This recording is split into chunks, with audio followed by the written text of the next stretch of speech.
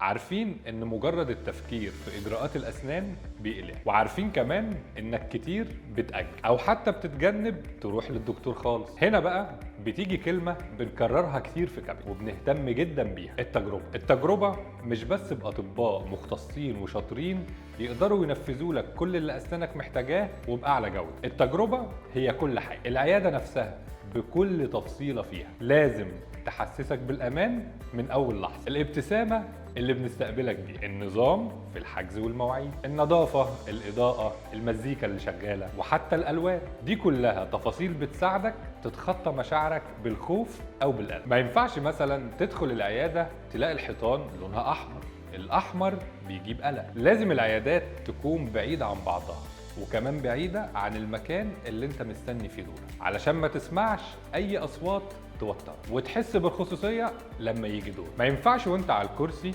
تشوف ادوات مخيفة، ما ينفعش تسمع كلام يوترك زي حقنة او ألم او تكسير. وفي نفس الوقت لازم اناقش معاك خطة علاجك بالكامل عشان تبقى عارف هنعمل ايه بالظبط ومطمن لكل خطوة. تجربتك جزء اساسي في كابيتال، لان ما ينفعش اسنان احسن او ابتسامه اجمل تبقى على حساب خوفك او قلقك. مش هعمل لك ضحكه حلوه بتجربه وحشه.